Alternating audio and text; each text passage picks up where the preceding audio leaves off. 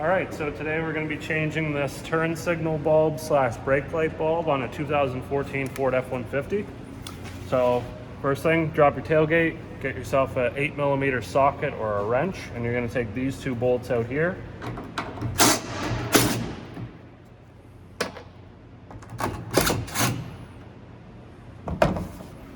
Next, you're just going to grab the lamp assembly and pull it out towards the back of the vehicle.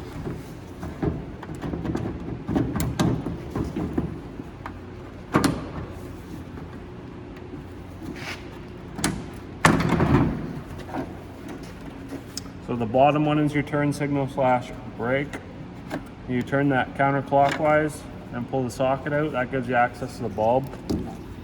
The bulb just snaps in place, so you can just grab it and pull. And it is a 3057 bulb, which is a double filament clear. Grab your new bulb. Stick that in there. Make sure your tabs on the socket line up. They are different sizes. Just like that, it's locked back in place. And you can just make sure that these tabs here, here, and up here as well line up.